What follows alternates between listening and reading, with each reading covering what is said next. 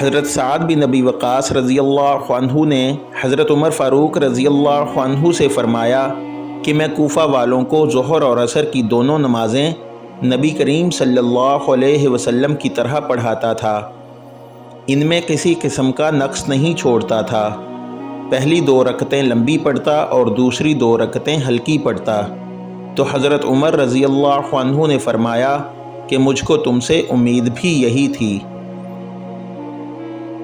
حضرت ابو قتادہ رضی اللہ عنہ روایت فرماتے ہیں کہ نبی کریم صلی اللہ علیہ وسلم ظہر کی پہلی 2 رکعتوں میں سورہ فاتحہ اور ہر رکعت میں ایک سورت پڑھتے تھے اور ان میں بھی قرأت کرتے تھے، لیکن آخری 2 رکعتیں ہلکی پڑھاتے تھے۔